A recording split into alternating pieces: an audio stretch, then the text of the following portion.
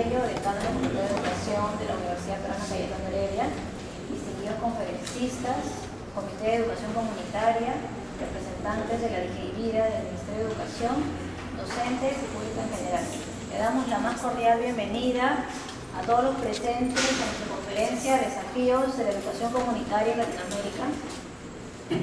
Estamos muy honrados de contar con la presencia del doctor Gustavo Esteve. Además, queremos informarles a aquellas personas que estén interesadas en obtener una constancia de este evento, pueden revisar la información en el folder, una constancia digital. Y también les informamos que en el folder que se les ha entregado hay una ficha de preguntas para que ustedes puedan ir formulándolas durante la conferencia y al final, durante la rueda de preguntas, ustedes las puedan contestar. Ahora dejo con ustedes a la magíster Ingrid Guzmán. Ella es educadora con 30 años de experiencia en el diseño de programas integrales de educación en contextos rurales con perspectiva intercultural bilingüe, especializada en la formación docente en contexto de diversidad cultural y lingüística, utilizando diversas modalidades, presencial, a distancia o seguimiento de aprendizajes en la práctica y en la facilitación de procesos de educación comunitaria como colaboradora en diversas organizaciones de base. Actualmente es docente de la Facultad de Educación en las carreras de Educación Intercultural Bilingüe. Bienvenida. Buenas tardes, doctor Manuel Bello, decano de la Facultad. Es un gusto tenerlos a nuestros amigos conferencistas, Gustavo Esteve, Rinaldo, el equipo de TRATEC, con quienes en una alianza y un acuerdo común hemos logrado poder contar con su presencia aquí. A nuestros colegas de la DGIVIRA y de la Red de Educación Comunitaria que están acá realmente dándole un marco a este diálogo que vamos a hacer. Tenemos a bien y con mucho entusiasmo desde la universidad presentar e involucrarnos en esta tarea de la educación comunitaria en reconocimiento a procesos sociales que se van dando en nuestras comunidades, tanto urbanas como rurales, y que no tienen cabida realmente en muchos espacios de reflexión para ir mirando los desafíos que estos implican para nuestras vidas. Pero además, cómo van conformando estos, las capacidades, el empoderamiento de nuestras comunidades y su actuar y su presencia social, política, económica en nuestro país. Y creo que desde la universidad, como hablábamos con nuestro decano, se vuelve cada vez más una necesidad justamente porque las intervenciones, incluso desde la propia universidad en educación comunitaria, son muchas, son múltiples, nos lanzan desafíos enormes en términos de hacerlas no solo sistemáticas, sino sobre todo productivas para la vida de la gente y que en ellas se den espacios de aprendizaje y de construcción de nuevas capacidades para desarrollarse, para empoderarse en sus espacios. Entonces, en ese sentido, en verdad, para nosotros este es como un momento valioso de mirar la reflexión en torno a este tema, de compartirla con quienes vienen trabajando desde hace muchísimos años en esta tarea y a partir de ahí abrirnos a un diálogo más permanente. Entonces, muchísimas gracias por estar acá y dejo la palabra al doctor Rinaldo Rengifo, que desde TRATEC también nos va a enmarcar un poco en la experiencia de Gustavo. Bien, buenas tardes con todas y todos. Es un honor para el proyecto andino de tecnologías campesinas tener la posibilidad de, en alianza con la Facultad de Educación de la Universidad Cayetano, de tener la posibilidad de escuchar a Gustavo, con quien, en primer lugar, nos une una relación amical de muchos años. Estoy hablando de la década del 90, cuando con Gustavo empezamos a tener algunas miradas comunes sobre el tema de la crítica al desarrollo. Y como decía ayer, el año 92 nos encontramos con Gustavo en Montreal en una conferencia sobre lo que en esa época podría denominarse las alternativas al desarrollo. Gustavo lo hemos conocido de esa época, y ya dirá en qué momento de su vida y de su reflexión está, junto con un conjunto de intelectuales animados y acunados por la amistad, liderado por Iván Illich, se dedicaron a hacer una reflexión semántica sobre las bases conceptuales en las cuales se asentaba la empresa mundial del desarrollo. Gustavo le tocó, junto con 19 intelectuales y activistas, desarrollar diversos conceptos que estaban en la base de este proyecto mundial del desarrollo. Lo conocimos en esa época porque ya en ese momento, en el año 92, era visible que este proyecto del desarrollo tenía serias grietas y que era importante analizar. Gustavo ya en esa época estaba junto con otros intelectuales escribiendo lo que ellos llamaron el obituario del desarrollo, ¿no? Es el libro que se publica inicialmente en inglés y que es coordinado por Wolfgang Sachs, donde uno puede leer y reflexionar sobre todo un conjunto de conceptos que creo que más allá del desarrollo están en la base de la construcción de la modernidad. Ese libro fue traducido por Pratec, por la institución nuestra, y también luego hubo una edición boliviana, y que se difundió, tuvo cierta recepción en el país, y creo que de algún modo animó una discusión sobre este tema. Luego fuimos durante toda la década del 90 teniendo diversos tipos de encuentros con Gustavo Esteva y con un conjunto de intelectuales para reflexionar diversos temas. No me acordaba de este texto, pero por ejemplo uno de ellos fue esto que nos unió,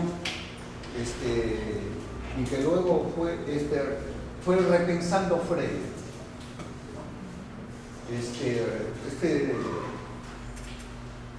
Aquí, esto fue en qué época? 7 años. ¿Sí? 7, 8 años. 7, 8 años, ya en el siglo XXI. Sí, nos juntamos en un salón que tenía el nombre de Paulo Freire, en la Universidad de Massachusetts, para discutir las ideas de Paulo Freire y repensar cuáles eran sus virtudes y sus límites. Pero así como este trabajo con Freire, ya veníamos desde hace un buen tiempo discutiendo sobre la cuestión de la educación en nuestro país, en América Latina, y en general sobre este proyecto educativo que estaba en la base misma del proyecto de modernidad. Nosotros tuvimos ya en el año 92 un trabajo que se llamaba Desarrollo y Descolonización en los Andes, que en su época causó cierto escozor en diversos sectores de nuestra intelectualidad por lo que ahí planteaba, ¿no? Y uno de los temas era justamente el del proyecto educativo moderno. Sobre estos temas y otros fuimos dialogando y conversando con Gustavo a lo largo de la década del 90, y en el año 2003 nos volvimos a reunir para ya hacer lo que los mexicanos llaman un mitote. Es una enorme reunión mítica que juntó a un conjunto de organizaciones indígenas en América Latina para repensar después del desarrollo que... Sí.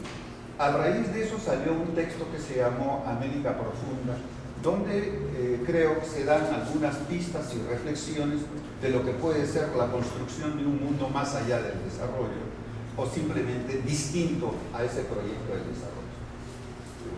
Con mayor o menor suerte, muchos de nosotros nos fuimos embarcando en diversas aventuras para poder fortalecer y vigorizar alternativas al desarrollo, y particularmente en el Perú, aquello que los indígenas a comienzos del siglo XXI, y particularmente en Bolivia y en Ecuador, denominaron el vivir bien, el summa causa.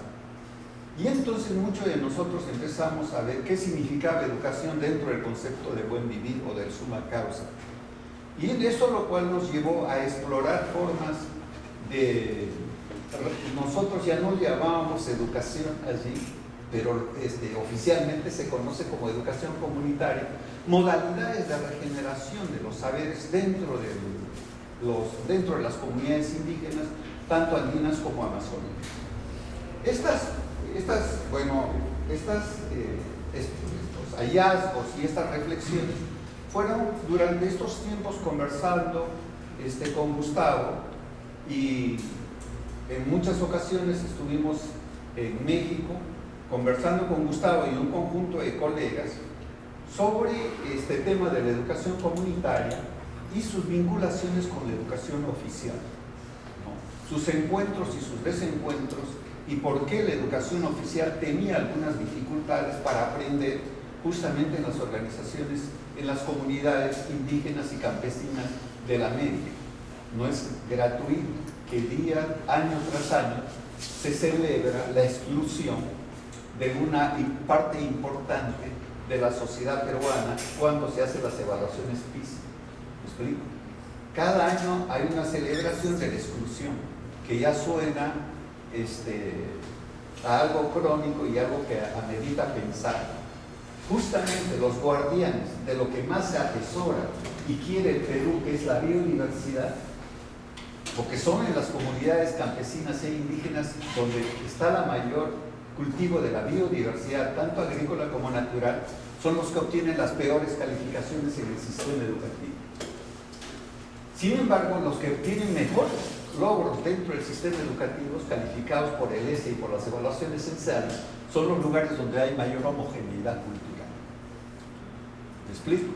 Esto ha llevado a plantearse al sistema, si este es un sistema que realmente va a crear la biodiversidad, nos ayuda a ser un país como el nuestro, o lo que se quiere es desaparecer esa diversidad en aras de una homogeneidad cultural, pero que nos colocaría en buen pie en el piso.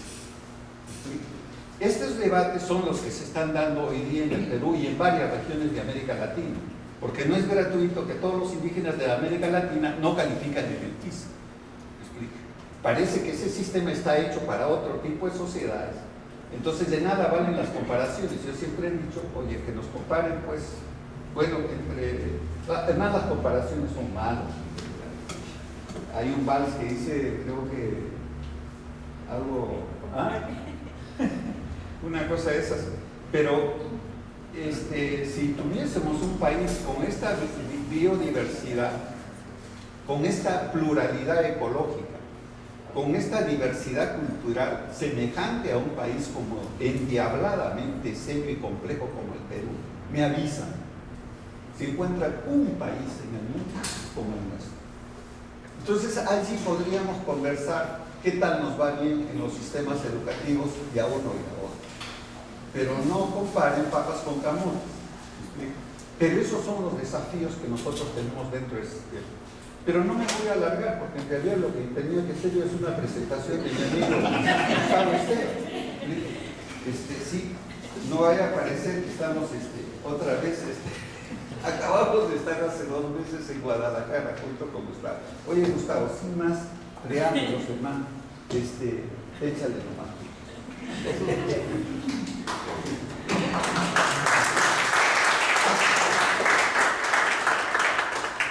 Muchas gracias, Cindy, muchas gracias, Manu, muchas gracias a todos los que hicieron posible que estuviera yo esta tarde con ustedes. Definitivamente nervioso porque no sé qué estoy haciendo aquí. Desde los años 60 y desde los años 70 vine a Perú a aprender de las materias educativas. Y desde entonces pensábamos, sabíamos, nos constaba que en Perú se estaban lanzando algunas iniciativas muy innovadoras primera vez en América Latina y que aquí había que venir a aprender. Y desde el 92 que empecé a conocer, trabajar, hacer cosas junto con Grimaldo, pues empecé a aprender de él. Yo sé que muchas de las cosas que vi, que platiqué en los años 60, particularmente en los años 70, ya no existen, han sido destruidas por una serie de procesos. Pero como Grimaldo me explica, estas son semillas que se siembran, vuelan por los aires, los sapos las recogen y aparecen de pronto sin que uno sepa cómo ni por qué en alguna otra parte. Son semillas que se sembraron en su momento y que florecen de maneras extrañas muchos años después. Hubo todas esas semillas que venimos a recoger aquí y a llevarnos a otras partes. Han seguido teniendo estas semillas en la voz de Grimaldo para nosotros. Los secuestramos periódicamente tanto como podemos porque tiene un conjunto de seguidores muy importantes donde yo vivo. Pudimos publicar una serie de trabajos suyos en pequeños folletos y la gente se seguía. Ustedes llegan a verlos y se ve que cada uno de esos folletos es como un cómic de estos que circulan mucho porque lo han leído 50 personas cada una de las copias de esos pequeños folletos. Hay lenguaje que estamos usando ahora que yo aprendí de él. Utilizamos expresiones, ciertas cosas, porque las aprendí con él. Entonces, ¿qué hago aquí? A lo mejor seguramente lo que voy a decir es redundante o totalmente irrelevante porque ustedes son los que han sido maestros para nosotros. Y lo que puedo hacer simplemente es quizás, como hemos aprendido de ustedes, de esta tradición peruana, de esta tradición de Platec, qué cosa hemos hecho con ese aprendizaje y qué cosa está pasando por una serie de personas, de grupos, de colectivos, de comunidades que no han tenido esta oportunidad directa de empaparse de esta tradición peruana. Hay cosas que tienen un falso precedente. Ustedes fueron los primeros en utilizar la expresión educación comunitaria, salvo una experiencia falsa. Antes que nos hablaron de la educación comunitaria, en la Comunidad Económica Europea se hablaba de la educación comunitaria de todos los europeos. Esa era una expresión que no tiene nada que ver con el uso que ustedes le dan.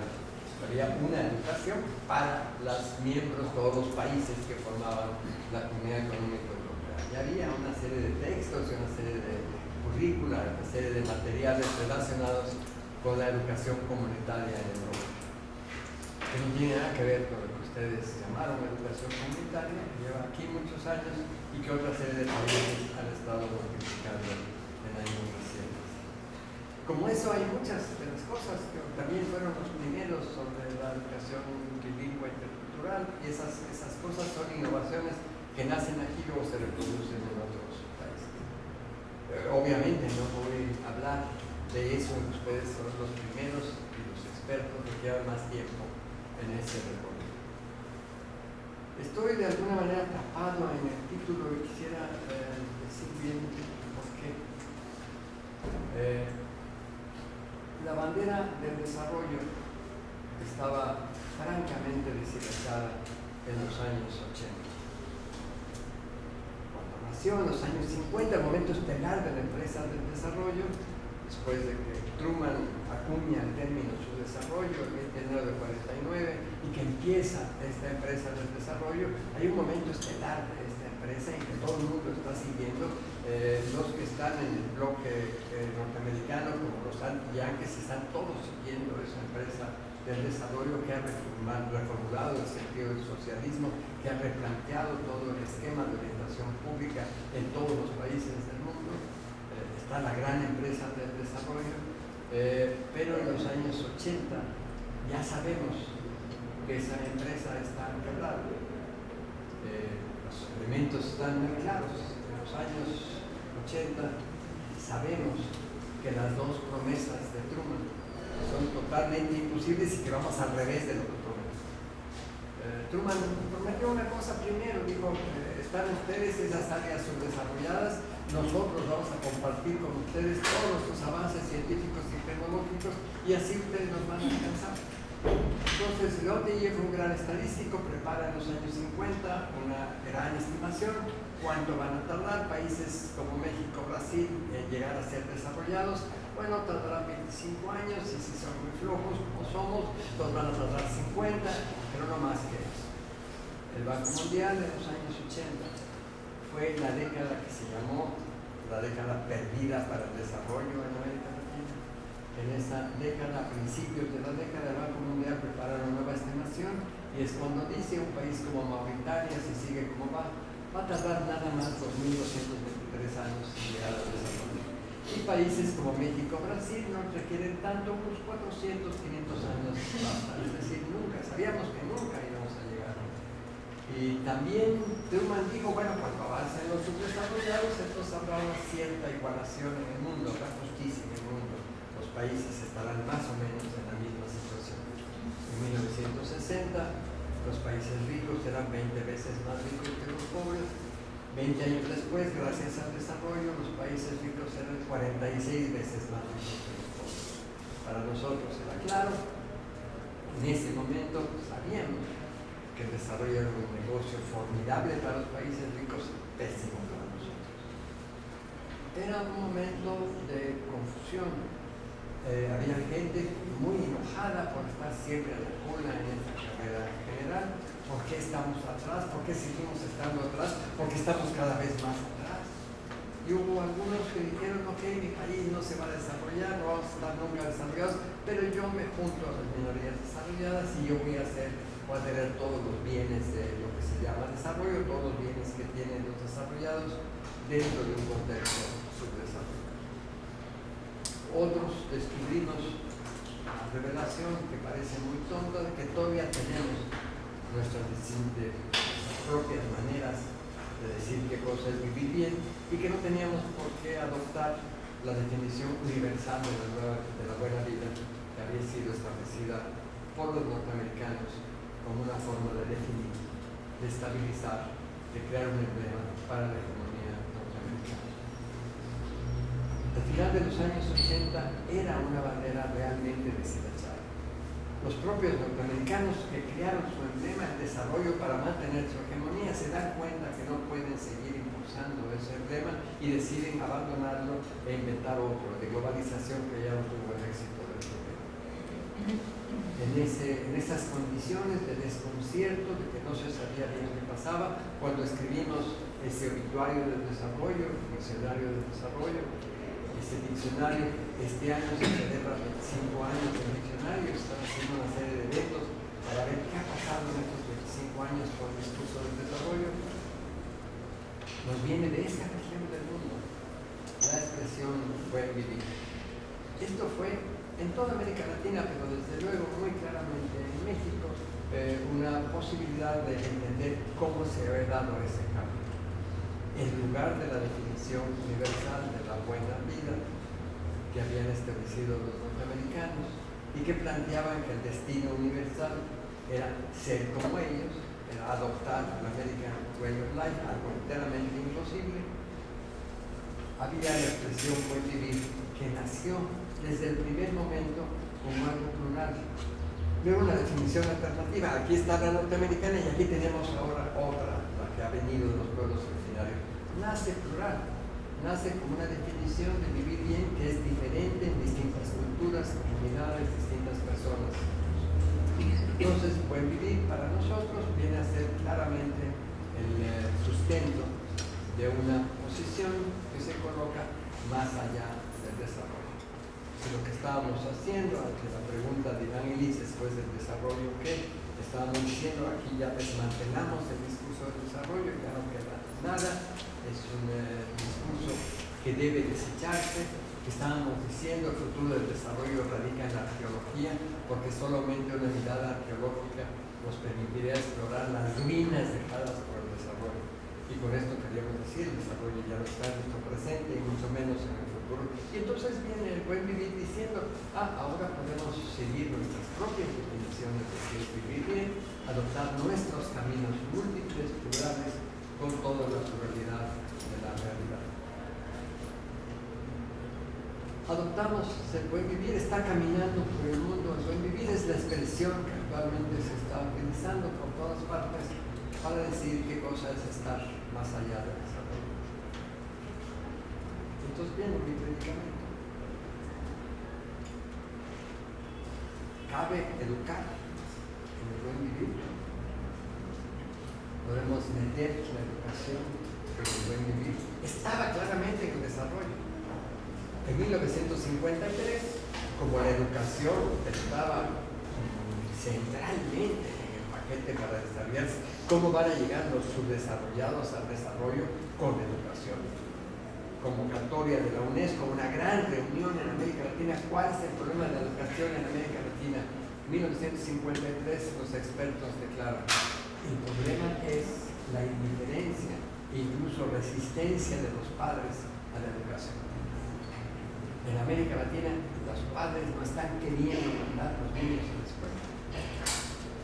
11 años después, 1964, la UNESCO convoca a los mismos expertos para que analicen de nuevo cuál es el problema de la educación en América Latina. Conclusión de los mismos expertos: ningún país latinoamericano va a lograr jamás satisfacer la demanda de educación que se ha producido. ¿Qué fue lo que ocurrió? UNESCO, los gobiernos, las corporaciones, todo el mundo se puso a hacer una campaña para educar a los padres. Y los padres rápidamente adquirieron esa forma específica de educación. La respuesta de los padres fue decir: me has convencido, necesito mandar a los niños a la escuela, necesito mandar a los jóvenes a la universidad, dame escuelas, dame profesores, dame universidad. Y se crea en toda la región una inmensa demanda de educación que ningún país latinoamericano está siendo capaz de atender, que en todos los países latinoamericanos tenemos una gran población desatendida en el campo educativo. El desarrollo era clarísimo, el paquete de educación debía meterse claramente en la empresa del desarrollo. Esto es lo que se intentó y esto formó toda una serie de esfuerzos relacionados con la educación. Eso mismo se aplica a buen vivir. Cuando estamos hablando de buen vivir, debemos estar pensando en educar. Debemos educar para vivir bien. Esta es la pregunta que aparece esta tarde aquí entre nosotros y esta es la pregunta que quisiera hacerme con ustedes. La pregunta: ¿puede educarse a alguien para vivir bien? Es la pregunta que quisiera que exploráramos. John Holt, que es un ex educador, escribió un magnífico libro, un libro que recomiendo fervientemente, que se llama En vez de la educación. Dedica el libro y una amplísima experiencia de lo que ha hecho en los Estados Unidos, dedica todo su esfuerzo a explorar cómo abandonar radicalmente la educación. En una entrevista con John, le pregunta a la entrevista: bueno, y en vez de la educación, ¿usted qué propone? No propongo nada, ¿no? Porque en vez de la educación hay que abandonarla, no hay que hacer ninguna otra cosa. Es como si usted me preguntara: en vez de Santa Claus, ¿qué? Bueno, pues uno sabe qué cosa es Santa Claus, pues no hay nada, no voy a proponer nada en vez de Santa Claus. Sabemos ya que es Santa Claus. Entonces, en vez de la educación, yo no propongo nada. Presionado por el periodista, al final de cuentas, dice: bueno, en vez de la educación, yo pondría vivir. Eso es el asunto, vivir nada más. Dice Ford en una de sus famosas frases: los pájaros nadan, los pájaros vuelan, los peces nadan, la gente aprende. Aprender es parte de vivir. Se aprende desde que uno nace hasta que uno muere. La vida entera es una forma de aprendizaje. Está rechazando realmente toda forma de educación. Él empezó a tocar cello, le gustaba mucho el cello, pero empezó a tocarlo cuando tenía 40 años. Dicen que yo tengo primero que aprender a tocar cello, después a tocar. Eso es pura tontería. El primer día yo empecé a tocar cello, no tocaba muy mal naturalmente, pero lo empecé a practicar, practiqué todos los días y al cabo de un tiempo lo tocaba mejor. Pero desde el primer momento estaba tocando el cello. No es que haya un pedido de aprender a tocar el cello y otro pedido de tocar el cello. Y así es más o menos el aprendizaje. Entonces, en esta línea de reflexión de Ford podemos estar hablando de educación para vivir bien. Desde los años 90, así como ahora se habla de la crisis financiera y de las múltiples crisis que estamos padeciendo, en los años 90 el tema era la crisis de la educación. Todo el mundo hablaba de la crisis de la educación, todos los países crearon comisiones especiales para estudiar la crisis de la educación. Estaba en crisis el sistema educativo. Era en parte consecuencia de esa bandera deshilachada del desarrollo, del caso de la empresa del desarrollo, y entonces estaba en crisis el sistema educativo. La crisis se definía en términos muy directos y precisos. El sistema educativo enseña mal, es decir, se aprende poco. Y ese poco no es útil para la vida o el trabajo. Esa es la crisis del sistema. Hay un elemento que causa una gran preocupación a todos los educadores de cualquier corriente que sea. El principal producto del sistema educativo en todos los países del mundo es desertores. Es los que abandonan el sistema educativo, los que no pueden llegar hasta el final de la escuela educativa. 60% de los niños que hoy entren al sistema educativo en el mundo no van a poder llegar ni siquiera al nivel que en sus países se considera el mínimo obligatorio. Y este mínimo obligatorio, que es 9 años en México, 10 años en Estados Unidos, más o menos está entre 9 y 10 años el nivel de educación obligatorio en todos los países, es un nivel que se considera el mínimo necesario para ser un ciudadano legítimo. Alguien que no llega a ese nivel no tiene las condiciones para poder participar como ciudadano en su país. El 60% de los niños que hoy entran al primer año de primaria en el mundo no van a poder llegar a ese mínimo de legitimidad ciudadana. Esto implica que el producto principal es descalificar, pero ¿qué hace con los desertores? Porque estos desertores son descalificados permanentemente toda su vida y lo más grave, son descalificados ellos mismos. Todo el tiempo podemos oír de pronto a un sabio campesino que sabe cualquier cantidad de cosas y que está hablando en público y dice, bueno, seguramente lo que digo es tonterías, yo no tengo escuela. Se está descalificando a sí mismo, se siente devaluado porque no tiene suficientes años de educación. Esto es lo que produce fundamentalmente el sistema educativo. Descalificar a la mayoría de la población. Y muchos llegamos a pensar que ese es el propósito principal del sistema, que de eso se trata, de clasificar a la gente en dos grandes categorías: los capitalistas del conocimiento, los que tienen un número suficiente, apropiado de años de educación, y los que no lo tienen porque por su falta de educación van a tener que aceptar menos salarios, menos oportunidades, menos condiciones de vida, de cualquier cosa que ofrezca una sociedad. La educación se propone en el mundo entero. Es una propuesta igualitaria. Vamos a darle a todos una igualdad de oportunidades. Que todos puedan educarse. No importa dónde nacieron, en qué condiciones nacieron, si nacieron hijos de ricos o nacieron hijos de pobres, si tienen educación para poder llegar a un lugar. Se trata de proponer la meta igualitaria como meta central del sistema educativo. Un gran educador norteamericano se puso a estudiar esta cuestión de la igualdad relacionada con la educación. Su primer libro, que se convirtió en un libro de amplísima venta, un bestseller en Estados Unidos, que se ha traducido a muchas lenguas, estudió estas cuestiones de la justicia y la igualdad en la educación primaria y le llamó a su libro Muerte a edad temprana.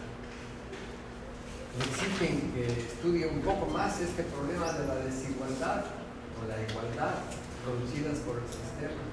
Escribe ya un libro explícito, el segundo libro de gran venta, que se llama Desigualdades salvajes.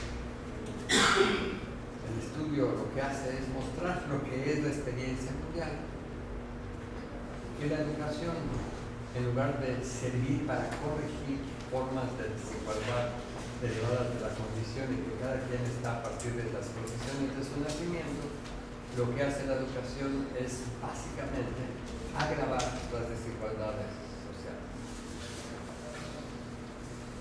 Los educadores nos han educado en la idea de que la educación es tan antigua como los cerros y que en todas las sociedades humanas hubo algo así como educación.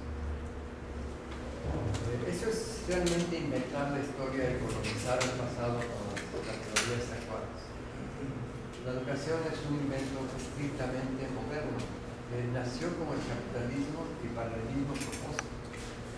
El primer documento en el que se habla de la educación con el significado actual de la palabra es un documento en francés de 1498. La primera vez que se habla en esos términos en inglés es en 1530.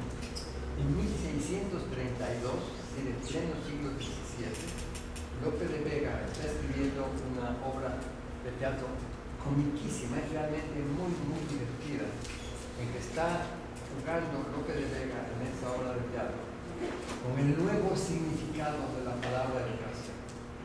Hasta ese año, hasta estas condiciones del siglo XVII en España, educar quiere decir amamantar con el pecho. Es algo que hacen obviamente las mujeres, no los hombres. Y como se empieza a hablar de la educación en el sentido moderno de la palabra, lo que hace Lope de Vega es poner a los hombres a amamantar con el pecho. Y se hace una serie de juegos muy cómicos de esta situación que está indicándonos que en el siglo XVII en España esta idea de educar que ahora tenemos todos es una innovación realmente muy reciente. Es decir, que en el lenguaje normal se sigue utilizando la palabra educación para aludir a eso de amamantar. Y es que en el siglo XVII aparece una nueva convicción, muy claramente en Europa, que es la convicción de que la gente nace. La masa original, la materia original. Y como nace estúpida la gente, es una especie de pecado original. Hay que curarla de su estupidez mediante la educación. Pues la educación se ha creado por la convicción de que hay que quitarle lo estúpido a la gente que traen cuando nace. Hay una persona, Comenio, que es una persona que puede considerarse muy claramente como el inventor de la educación moderna, el que diseña la escuela. Es un hombre que nace en 1592 y muere en 1670. Diseña realmente la escuela, es el que concibe cómo va a ser la escuela, cómo se va a educar a toda la gente de una sociedad. Y este señor es al mismo tiempo alquimista, entonces trae el lenguaje de su oficio a su concepción de la escuela. Ustedes saben que los alquimistas van transformando distintas materias, desde el plomo hasta producir el oro. Esta es su idea, que a través de sucesivas sublimaciones se convierte el plomo en oro. Lo que hace Comenio es decir, a través de 7 sucesivas sublimaciones, son los 7 años de escuela que él concibe, transformamos la materia estúpida que hemos recibido en personas que pueden circular en la sociedad. Este es más o menos el principio propiamente dicho de la historia de la educación. No es la paella griega o el calculi azteca, no eran instituciones educativas. Se crea una institución educativa con Comenio y empieza a pensarse y se adopta universalmente la idea de educar a todos los miembros de una sociedad. Eso es la educación moderna, algo sumamente reciente, y lo que quisiéramos sugerir es que lo reconocemos ya la educación como un hecho histórico, no como algo inherente a la naturaleza humana, a toda la sociedad. Es un hecho histórico, tuvo un principio, puede tener un fin como todo hecho histórico, y muchos decimos que estamos al principio de su fin.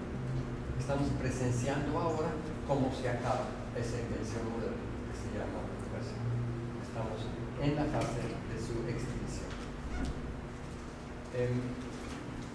A partir de la crisis de la educación, a partir de que se invierte en la educación de manera masiva, y a pesar de esa inversión en todos los países el efecto es el mismo, no se tiene éxito en los objetivos de la educación,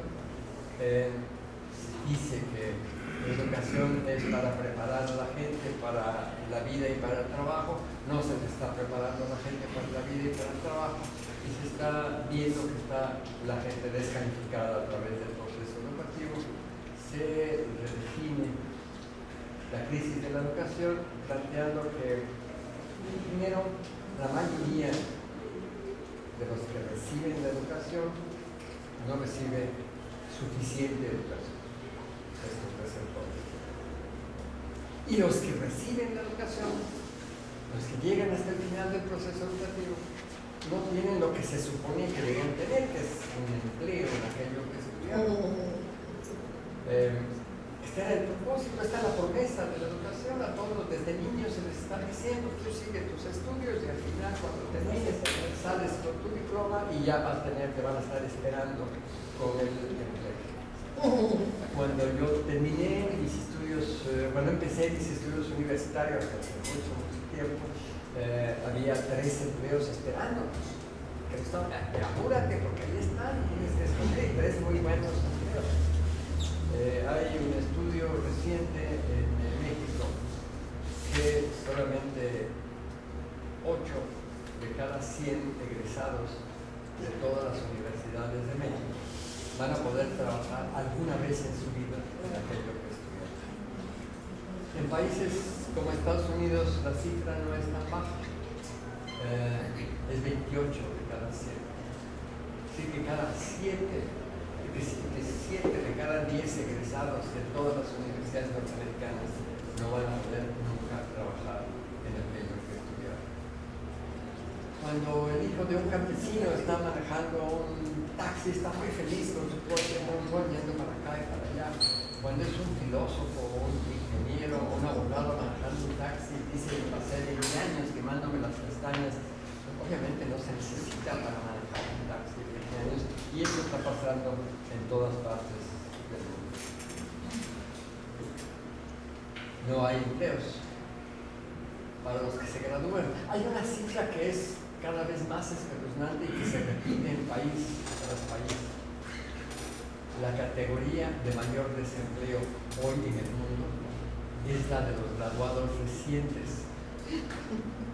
Nadie quiere contratarlos porque los empleos son hay cada vez menos empleos, se acabó la era del empleo, y los empleos son cada vez más degradados. Cada vez se paga peor, pero trabajos más estúpidos. Y entonces no se quiere contratar a un recién graduado que tiene su diploma, que está orgulloso con su diploma, que está ansioso de ponerlo en práctica y que tiene muchas exigencias. Yo estudié, tengo mi diploma, me deben respetar, me deben dar buenos salarios, me deben dar buenas condiciones, oportunidades de promoción. Las compañías no quieren contratar a ese tipo de gente, porque tienen solamente empleos degradados que van a seguir siendo cada vez más degradados y cada vez menos empleos. Ante esta crisis de la educación se empezó a extender como plaga un conjunto de reformadores del sistema educativo. Pero estos reformadores se pueden clasificar en tres grupos. Hay unos que dicen: lo que hay que hacer ante la crisis de la educación para mejorar la educación es mejorar el salón de clase. Hay que poner computadoras, hay que tener todo un sistema de medios técnicos, hay que tener condiciones de alumbrado mejor, que los asientos sean más apropiados, hay que tener una serie de elementos técnicos en el salón de clase para poder educar mejor. El segundo grupo de reformadores dice: no, el problema es la libertad. No debe haber ninguna imposición burocrática. No debe haber un aparato estatal que diga qué cosa es lo que hay que enseñar y cómo hay que enseñarlo. Entonces debe haber, estos reformadores dicen, debe haber libertad total de enseñanza, que cada quien enseñe como quiera. Y hay una tercera corriente, que son los reformadores, que sostienen que toda la sociedad se debe de convertir en una institución educativa. Que hay que educar no en escuelas, no en universidades, sino en la sociedad entera. El currículum de todos estos reformadores es el mismo. Tratan de convencer a toda la gente, a ratificar social y políticamente, que la escuela o sus equivalentes única manera legítima de vivir, de ser un ciudadano en esta sociedad. La escuela finalmente se ha convertido en todas partes en una imposición burocrática, y los diplomas que se otorgan en todas las escuelas, desde el primero al terminar la primaria, los que se van otorgando a cada uno de los niveles, no certifican ninguna forma de competencia. Un diploma de la mejor escuela de Derecho del mundo en la Universidad de Harvard no dice que este señor que tiene ese diploma es un buen abogado. Lo único que dice todos los diplomas es la certificación de un cierto número de horas nalga. El tiempo que pasó el trasero de uno sentado en una silla oyendo a un señor que da explicación. Cada diploma es esto nada más. Y claro que es mucho menos. Este señor se pasó 15.000 horas nalga. Con nombres, con sus méritos literarios y muchos tiempos dedicados a estar oyendo lo que se le dice. No hay ninguna certificación realmente que diga, este señor sí sabe, este es un buen abogado, este es un buen ingeniero, este es capaz de tal, tiene tales o cuales competencias. Una de las cosas que sí se aprende en la escuela, es una de las funciones muy claramente de la escuela, es que niños, niñas, jóvenes y jóvenes aprendan a consumir una mercancía que se llama educación, y al aprender a consumir bien esa mercancía van a poder aprender a consumir muchas otras mercancías, porque esto es lo que se necesita aprender. Hay también una educación que consiste en decir, tienes que aprender que mientras más hayas consumido de esta mercancía, te va a ir mejor en la vida. Y un aspecto muy, muy importante que tiene que ser muy relevante para lo que estamos discutiendo esta tarde aquí, es que es mucho más importante aprender sobre el mundo que aprender del mundo. En la escuela, en la universidad, se va a estar hablando, se va a estar haciendo discursos, se van a estar haciendo cualquier cantidad de cosas para aprender cosas sobre el mundo. Y que esto es mucho mejor que aprender directamente del mundo. Se está formando una nueva estructura de clases. Hay los capitalistas del conocimiento, ya hay los subeducados, los no educados, que están siendo discriminados, pero hay un nuevo peligro que es la educación asociada con ciertos paquetes educativos que deben ser consumidos con una nueva mercancía. Todas las grandes universidades del mundo tienen actualmente un departamento donde están algunas de sus mejores gentes para producir la educación virtual, para vender paquetes de conocimiento en la pantalla. De hecho, hay muchos que están preparados ya para ofrecer prácticamente todos los paquetes de educación a través de la forma virtual. Y se dice, entonces cualquier alumno va a tener posibilidad de tener acceso a los mejores maestros del mundo. El ser más calificado, el maestro más calificado de cualquier materia es el que va a estar dando la clase. Claro que esto significa que esa posibilidad de contacto humano entre el maestro y el alumno, la posibilidad de interacción directa entre las personas se va a perder, pero se van a encontrar fórmulas interactivas en el sistema virtual para que eso se pueda dar. Y entonces uno diría que no va a ser Iván Illich, no lo van a ser los radicales, no van a ser los críticos del sistema educativo los que van a cerrar la escuela, sino que va a ser Bill Gates. Y lo que hoy se está llamando en el mundo entero reforma educativa es básicamente un procedimiento, por razones que después podemos analizar, que va a implicar fundamentalmente el abandono de la educación. Se trata de abandonar el sistema escolar, de abandonar el sistema educativo, porque ya no se necesita para las funciones que antes se requerían. Quisiera pasar a otro tipo de experiencia, una experiencia personal. Hace muchos años, hace 60 años, mi primera hija se acercó a la edad escolar. Empecé a buscar ansiosamente alrededor mío una escuela pública o privada a quien pudiera confiar mi adorada hija. No encontré ninguna, y entonces con unos amigos fundé una escuela realmente muy linda. Hicimos Waldorf, container, un poco de sumergir, hicimos un magnífico cóctel, le pusimos muchísimo Freinet. Freinet era un pedagogo francés que en ese momento tenía un gran prestigio, que el Che Guevara lo llevó a Cuba. Era una aureola de cosas que tenía el Freinet. En el sistema Freinet, por ejemplo, los niños aprendían a leer y escribir con una pequeña imprentita que tenían. Las letras eran cubitos con cada una de las letras. La primera palabra que un niño leía era la de un libro que él estaba escribiendo y que él imprimía. Era una palabra que él concebía con los cubitos de las letras, armaba en su imprenta, jugaba con esto y así aprendía a leer y escribir. Y estaban en el jardín, era una cosa muy linda. Cada año agregamos un año a la escuela para que mi hija pudiera seguir sus estudios. Cuando terminó 11 años después la preparatoria, esta escuela muy linda, de veras, realmente de una enorme calidad, cerramos la escuela, porque para entonces, tanto mi hija como sus padres, habíamos llegado a la conclusión que no era el problema la calidad de la escuela, sino la escuela. Que había algo más de la escuela. Que había algo más en la idea de la escuela, en la idea de la educación. Y que esto era lo que nos tenía que preocupar. Mi hija ya no siguió estudiando, ya abandonó totalmente los estudios, dejamos de pensar en esas maneras de hacer las cosas, pero no sabíamos exactamente por qué estábamos planteando esta cuestión de las dudas sobre la escuela, a pesar de ser una escuela tan linda como la habíamos creado para mí. La escuela siempre tuvo oposición. En 1909, en Massachusetts, en el norte de los Estados Unidos, el gobierno tuvo que llamar a la Guardia Nacional para imponer la escuela a la gente. Resistió siempre el sistema escolar. Años después pasó lo que conté, en 53 y 64 la gente empezó a pedir la escuela porque fueron convencidos que había que mandar a la gente a la escuela.